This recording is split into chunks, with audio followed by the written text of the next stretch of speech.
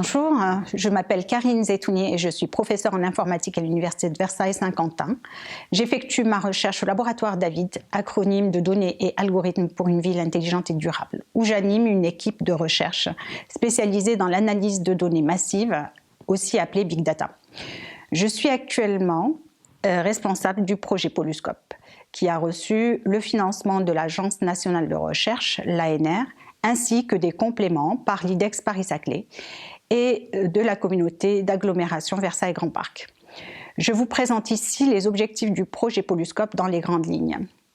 Polluscope est un projet fortement pluridisciplinaire qui vise à mieux comprendre l'exposition de chacun à la pollution de l'air en exploitant les avancées technologiques des capteurs et du Big Data.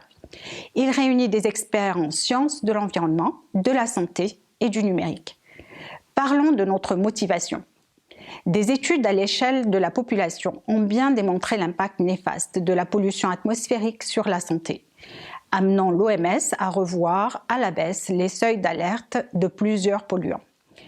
Cependant, on connaît mal l'exposition individuelle à cette pollution qui peut varier selon qu'on soit à l'extérieur, à l'intérieur ou dans les transports. Cette exposition dépend des lieux fréquentés, du temps passé et des lieux et activités propres à chacun. Par ailleurs, les capteurs émergents permettent de mesurer la qualité de l'air à laquelle on est réellement exposé. Le coût relativement abordable de ces capteurs en mode portatif ouvre une nouvelle opportunité pour les études en santé environnementale. Partant de là, Polluscope vise l'étude et la mise en œuvre d'une solution pour estimer l'exposition individuelle à la pollution atmosphérique et l'analyser en se basant sur 1. Des capteurs portatifs, 2. Des campagnes sur le terrain et 3. Des algorithmes pour exploiter les données collectées. Maintenant, concernant notre méthode et nos résultats.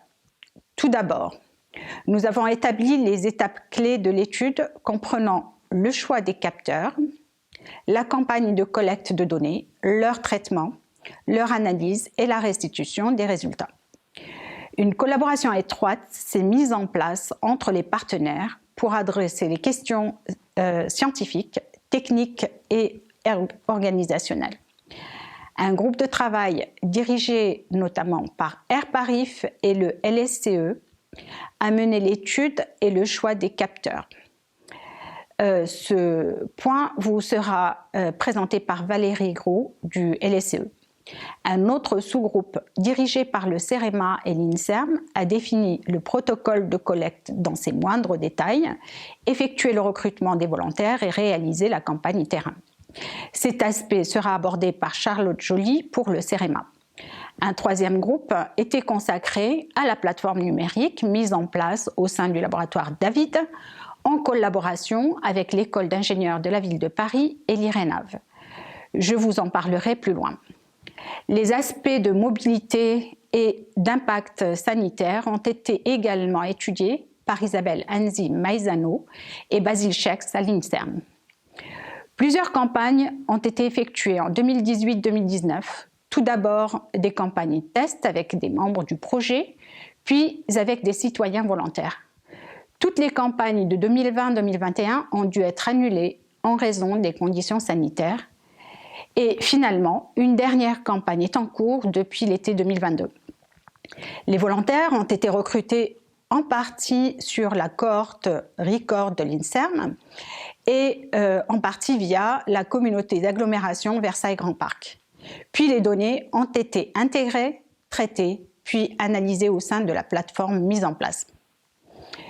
Les résultats du projet sont riches en enseignements, tout en ouvrant des perspectives de recherche et d'investigation intéressantes. Ils ont déjà donné lieu à plusieurs publications scientifiques et à 5 thèses de doctorat dans les différentes disciplines du projet, sans compter de nombreux mémoires de stage. Ils ont été disséminés par des conférences spécialisées ainsi que des présentations grand public. La base de données constituée est une mine d'informations et la plateforme offre une base pour des développements futurs. Les travaux et leur valorisation scientifique se poursuivra donc au-delà de la fin du projet ANR. Je précise que tous ces résultats ont été obtenus en collaboration avec nos partenaires, que je tiens à remercier ici pour leurs idées et leurs contributions. Polluscope est avant tout un projet participatif. Il doit donc son succès en premier lieu aux volontaires que je remercie également. Je suis Isabella Nesi Maisano, je suis épidémiologiste, directeur de recherche à l'INSERM et professeur d'épidémiologie environnementale à Montpellier. Et je suis là pour vous parler de la pollution et des effets sanitaires. La pollution atmosphérique est un phénomène ubiquitaire qui résulte des émissions de sources situées à l'intérieur et à l'extérieur des locaux. Il peut être chimique ou biologique. La pollution chimique dont je vais traiter là se compose de gaz. Pour vous faire quelques exemples, le dioxyde d'azote, le monoxyde de carbone, les composés organiques volatiles, l'ammoniac, l'ozone, et de particules en suspension dans l'air, de composition, donc ce qu'il y a dedans, et de taille en fonction de leur diamètre différentes. Par exemple, les particules fines et les ultrafines sont très intéressantes du côté sanitaire. La pollution de l'air constitue un enjeu majeur en santé publique, en France et dans le monde. Des décennies de recherche épidémiologique et toxicologique mettent en évidence un impact avéré de la pollution sur la santé. Les polluants atmosphériques peuvent pénétrer dans l'organisme humain de 4 façons différentes. Par inhalation, par digestion, on mange, par contact cutané et par le franchissement de la barrière hématocéphalique, un mot difficile, la barrière physiologique qui isole le système nerveux central, le cerveau, de la circulation sanguine. Et ça se passe par le nez. De ce fait, plusieurs sont les organes atteints par le polluant et plusieurs sont les maladies que l'on peut associer à la pollution atmosphérique. Au niveau de la population humaine, les effets sanitaires de la pollution atmosphérique sont de 2 types, à court terme et à long terme. À court terme, à la suite d'une exposition de quelques heures à quelques jours, qu'on appelle aiguë, à des niveaux élevés, à l'origine d'exacerbations, crises, aggravations d'une maladie préexistante. Et puis à long terme, suite à une exposition plus ou moins longue à des doses variables de plusieurs polluants atmosphériques, responsables du développement d'une nouvelle pathologie chez un individu qui est sain. Les effets à long terme sont observés, y compris, et ça c'est très important, à des concentrations de polluants inférieures aux valeurs réglementaires européennes et aux valeurs guides recommandées par l'Organisation mondiale de la santé. Les principaux effets sanitaires à court terme sont les suivants. Irritation oculaire ou des voies respiratoires, crise d'asthme, exacerbation de troubles cardiovasculaires et respiratoires pouvant conduire à l'hospitalisation, voire le décès des personnes ayant été exposées. En revanche, une personne qui respire régulièrement de l'air pollué de façon prolongée, même à des doses qui ne semblent pas excessives, peut développer certains problèmes de santé, notamment une maladie chronique des poumons, comme la bronchite chronique, une maladie cardiovasculaire, c'est-à-dire une maladie du cœur et des vaisseaux sanguins, un cancer, par exemple le cancer du poumon, mais aussi une maladie métabolique comme le diabète ou neurodégénérative comme la sclérose en plaques, donc une maladie du cerveau, ou encore une maladie de la peau comme l'eczéma. Des données récentes qui nécessitent d'être confirmées mettent en relation l'exposition à la pollution atmosphérique avec un excès de maladies auto-immunes comme, c'est des mots difficiles, le lupus ou encore la sclérodermie. C'est des maladies très invalidantes. C'est l'exposition chronique à la pollution de l'air qui conduit aux effets et donc aux impacts les plus importants sur la santé. Au total, la pollution atmosphérique est responsable d'un excès d'hospitalisation et décès dans le monde. À ce jour, 9 millions de décès sont attribués à la pollution atmosphérique chaque année dans le monde et 600 000 en Europe. Il s'agit d'une sous-estimation. Les vrais nombres sont beaucoup plus élevés. Si l'ensemble de la population est exposée à la pollution de l'air, il a été démontré que les personnes déjà atteintes de maladies cardiovasculaires et respiratoires chroniques, de diabète ou dont le système immunitaire est affaibli, les personnes âgées, les femmes enceintes, les nourrissons et les jeunes enfants sont plus disposés à connaître des ennuis de santé à la suite de l'exposition à la pollution. De même, certains groupes de sujets sont à risque accru de subir ces effets en raison de leur vulnérabilité sociale. Exposition aux polluants en excès du fait de leur domicile, de la localisation de celui-ci, car il est situé à côté des sources de pollution atmosphérique. Plusieurs études interventionnelles, c'est-à-dire où on agit sur les sources et sur les polluants, ayant ciblé la réduction de la pollution, ont montré leur efficacité dans la diminution des problèmes de santé, ce qui permet de donner des conseils aux patients à risque. Il faut qu'ils évitent d'être exposés à la pollution atmosphérique. Dans ce cadre, le monitorage de la qualité de l'air est crucial. Les microcapteurs portatifs que nous avons utilisés dans mon Polluscope, qui permettent de surveiller l'exposition à la pollution au niveau individuel et en temps réel, servent à cela. Merci. Bonjour à tous, je suis Charlotte Joly, chef de groupe ITS, Innovation Trafic et Systèmes, au sein de la Direction des Mobilités à la Direction territoriale d'Île-de-France du CEREMA. Dans le cadre du projet de recherche Observatoire participatif pour la surveillance de l'exposition individuelle à la pollution en lien avec la santé, Polluscope, la Direction territoriale d'Île-de-France du CEREMA, le Centre d'études et d'expertise sur les risques, l'environnement, la mobilité et l'aménagement, a été identifié pour mettre à profit son expertise dans les domaines de génie électrique, de l'instrumentation et des capteurs. En effet, depuis plusieurs années, les experts du CEREMA apportent leur contribution dans différents projets de recherche et développement pluridisciplinaires et multipartenariaux. En lien avec le consortium Polluscope, les experts du CEREMA se sont mobilisés en vue d'identifier les capteurs capables de mesurer les différents polluants atmosphériques susceptibles de provoquer des effets néfastes sur la santé des franciliens, tels que l'asthme et la bronchopneumopathie chronique obstructive, appelée BPCO. Pour ce faire, un cahier des charges a été rédigé afin de sélectionner des capteurs aptes à détecter les particules fines, le dioxyde d'azote et le carbone suie. Les capteurs ont été choisis selon les critères suivants: l'autonomie, la portabilité, la connectivité, la précision, la plage de mesure et le coût. Après validation du cahier des charges par les membres du consortium, les experts du CEREMA se sont référés à la bibliographie existante. En ce sens, des contacts auprès des industriels susceptibles de fournir des capteurs efficaces ont été réalisés. Ces industriels ont prêté le matériel afin de réaliser différents tests relatifs à la méthodologie définie au préalable. Les experts du CEREMA ont testé les capteurs sélectionnés à la fois en statique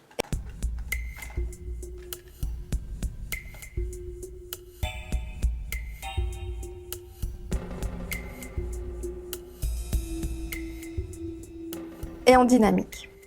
Un premier test dit sur table a été effectué, dont vous apercevez une illustration, au sein de nos locaux à Trappes en Yvelines. Un second test a été réalisé par notre partenaire Airparif. Au sein de leur laboratoire, les capteurs sélectionnés ont été placés à proximité de la station de référence d'Airparif afin de s'assurer de la véracité des résultats. Enfin, un dernier test dit en dynamique a été réalisé. Pour ce faire, les capteurs ont été accrochés à un sac à dos afin que nos experts se déplacent à la fois à l'intérieur du bâtiment et à l'extérieur en vue de collecter les données relatives aux différents polluants atmosphériques à recenser.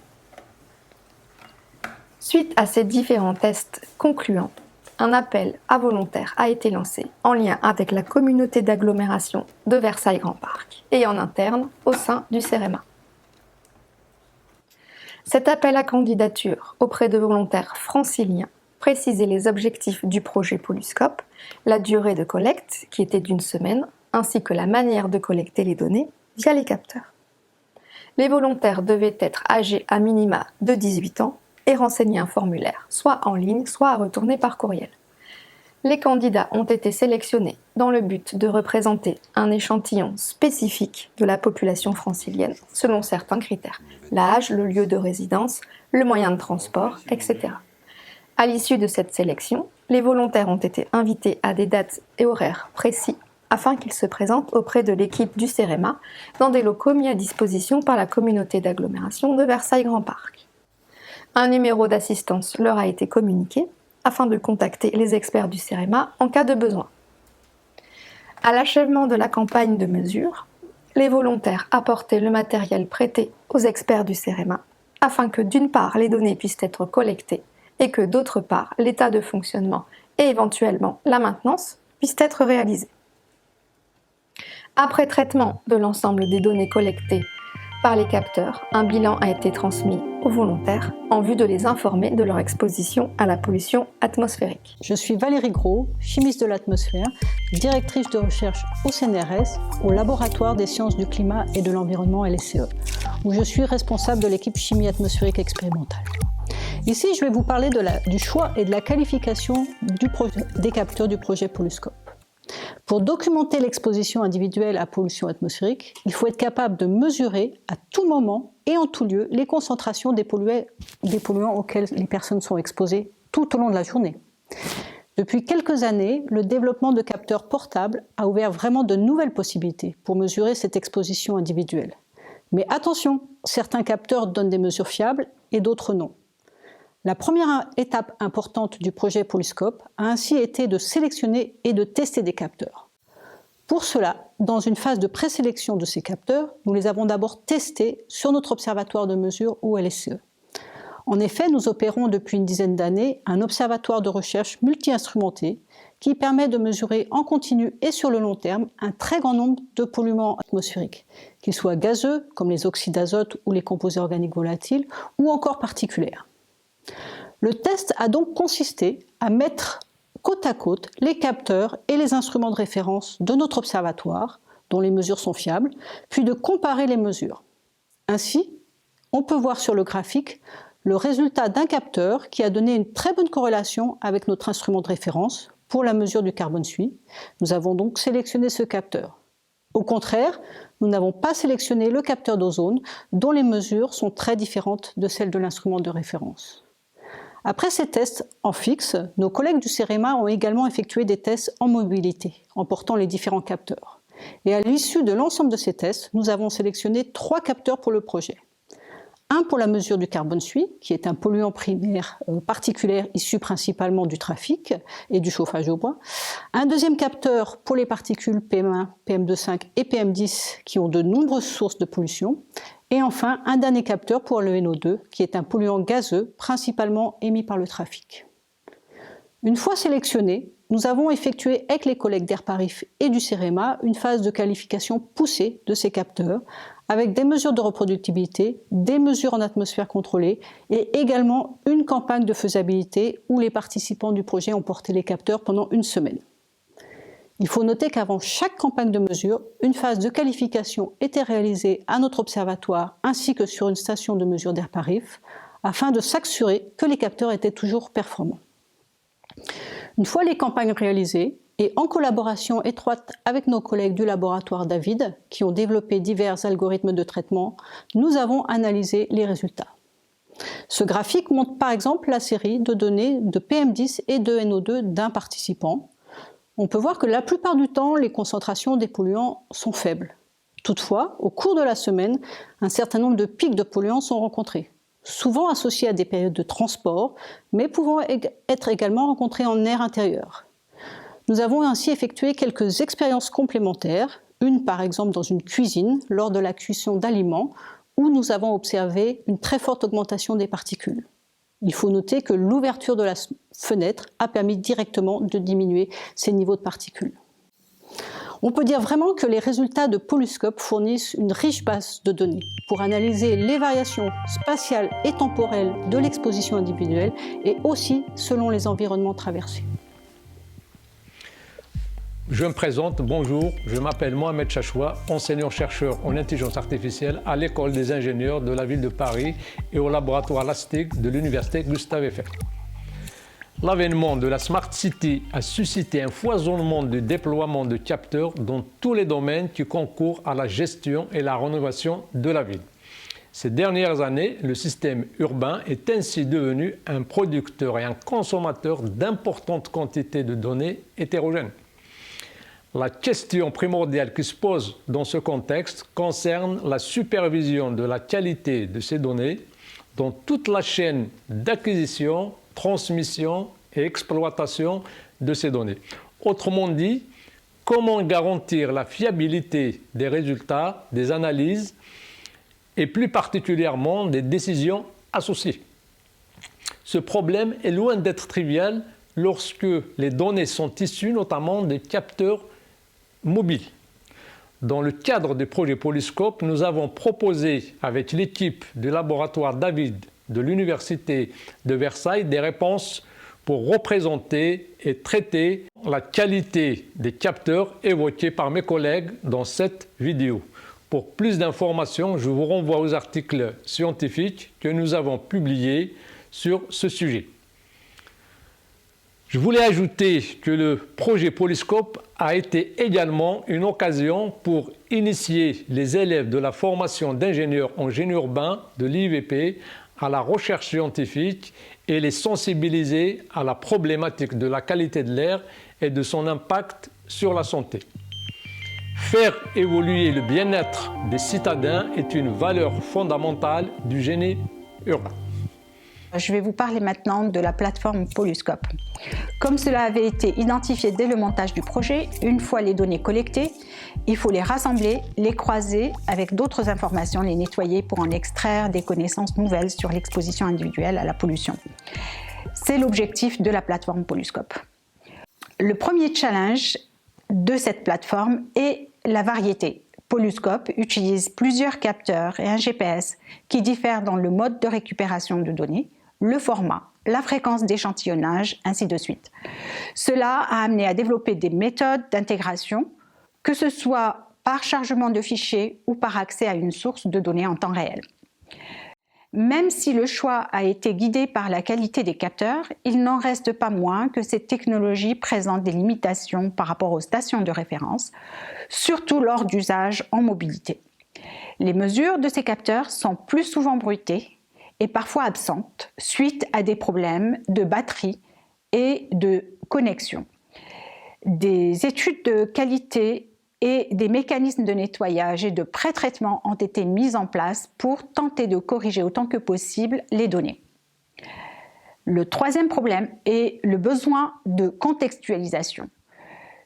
Une des originalités de Polyscope est de couvrir tout type d'environnement, tandis que la majorité des études existantes portent exclusivement sur la pollution en extérieur, en intérieur ou par exemple certaines études sur le métro.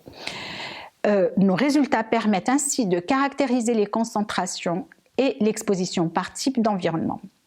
Pour y arriver, il est primordial d'associer aux mesures leur contexte.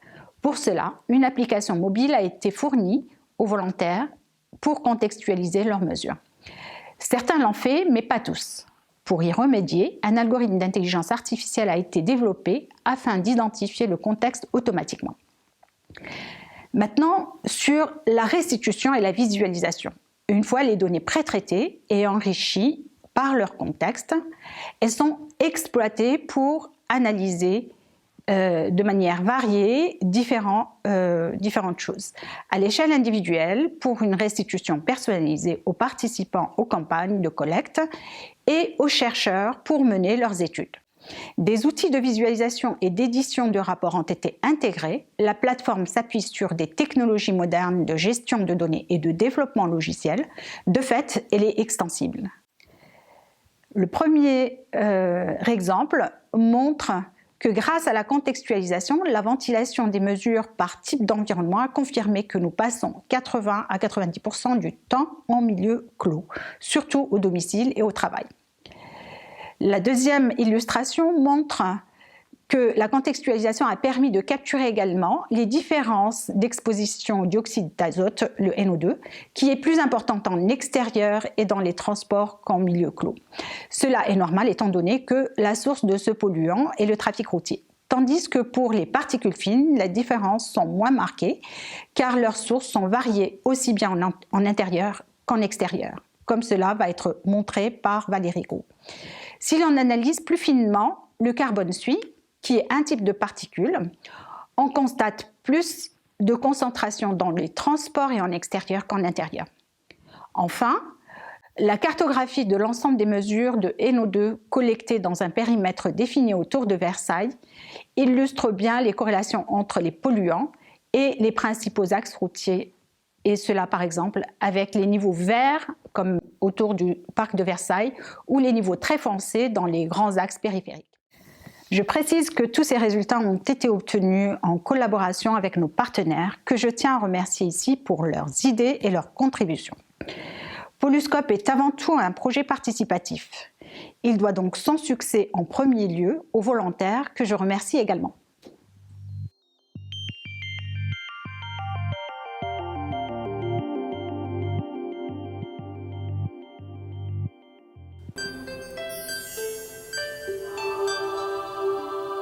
Je sens, je respire